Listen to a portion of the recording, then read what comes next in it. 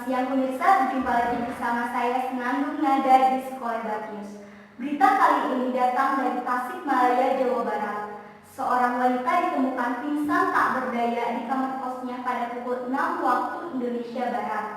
Korban yang merupakan mahasiswi dari salah satu universitas negeri di Tasikmalaya ini ditemukan tak berdaya dengan mulut terbuka oleh temannya. Diduga korban tersebut hendak mengakhiri hidupnya. Kasus ini masih berada dalam penyelidikan Polres Tasikmalaya. Korban langsung dilarikan ke Rumah Sakit Umum Daerah Tasikmalaya untuk diberikan perawatan intensif dan pemeriksaan lebih lanjut. Pada kasus ini dilibatkan juga tim forensik untuk menyelidiki senyawa yang digunakan korban untuk percobaan bunuh diri. Berikut kesaksian dari kerabat korban. Iya, pagi-pagi tuh saya datang ke kosannya dia, kan udah janjian, saya niatnya mau pinjam tugasnya dia, kan udah janjian juga dari semalam. Saya ketuk-ketuk, tapi dari dalam itu nggak ada yang bukain pintu. Pas dilihat dia udah tergeletak gitu kan, saya kaget. Akhirnya saya panggilin bapak kosannya buat bukain pintunya dari luar. Pas dibuka, dia udah tergeletak, terus udah pucat-pucat. Dikirain saya tuh dia udah nggak ada gitu kan, tapi pas dicek gitu, nadinya itu masih ada, walaupun kayaknya lemah gitu, denyutnya tuh lemah banget. Saya kaget, tapi alhamdulillah untungnya dia masih bisa ketolong, terus dia dibawain ke rumah sakit deh. Saya juga kaget pas bapak kosannya itu nelpon saya. Ya kemarin-kemarin ketemu sih dia nggak terlihat ya punya masalah apapun, jadi saya kurang tahu tuh motifnya apa. Berdasarkan hasil olah TKP, kami tidak menemukan adanya tanda-tanda kekerasan pada korban. Kami menduga korban melakukan percobaan bunuh diri. Untuk proses penyelidikan lebih lanjut, kami meminta bantuan dari tim forensik.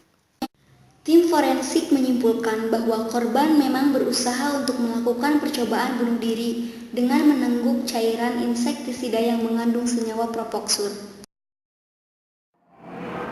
Jadi berdasarkan hasil analisis di laboratorium itu, pasien yang bernama Tirana Matahari itu dia itu positif mengalami keracunan akibat senyawa insektisida. Senyawa itu adalah propoxur. Nah, biasanya si propoxur itu adanya di obat anti nyamuk, kemudian senyawa-senyawa insektisida lainnya. Nah, gejala umum yang biasanya ditimbulkan oleh keracunan si senyawa propoxur itu mual, muntah, diare, sakit kepala, kram di perut. Nah, mungkin gejala-gejala itu sebelumnya dialami oleh Tirana Matahari itu sampai dia pingsan karena tidak bisa menahan lagi rasa sakit. Percobaan bunuh diri dengan menggunakan cairan insektisida sudah sering sekali terjadi. Sebenarnya kandungan apa yang ada pada produk tersebut yang dapat meregang nyawa seseorang? Obat anti nyamuk atau obat nyamuk memang mengandung bahan kimia insektisida, zat kimia aktif yang beracun untuk menolak, mengusir, hingga membunuh nyamuk atau serangga lainnya. Zat kimia aktif yang sering digunakan dalam obat anti nyamuk antara lain diklorvos, propoxur, dan transvoltrin. Propoxur terdapat pada obat anti nyamuk jenis elektrik, bakar, dan spray. Berdasarkan kategori WHO, zat ini termasuk racun kelas 2 yaitu racun kelas menengah. Walaupun keberadaannya masih bisa ditolerir, tetapi zat ini tetap berbahaya jika terhirup maupun terserap tubuh. Karena dapat mengaburkan penglihatan, keringat berlebih, pusing, sakit kepala, dan badan lemah. Namun sebenarnya kandungan zat kimia aktif di dalam obat nyamuk sudah dalam takaran atau dosis yang aman dan tidak mematikan bagi manusia bila digunakan sesuai aturan. Propoxur yang merupakan insektisida golongan karbamat bekerja dengan cara memblok asetilkolinesterase. Propoxur berkompetisi dengan asetilkolin untuk berikatan dengan sisi aktif dari enzim. Mekanisme ini menunjukkan kompetitif inhibisi.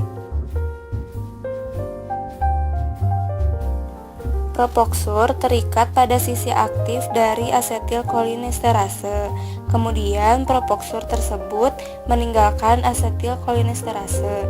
Namun residunya masih terikat pada sisi aktif dari asetilkolinesterase dan mencegah ikatan antara asetilkolin dengan asetilkolinesterase, mengakibatkan terjadinya akumulasi asetilkolin dalam darah.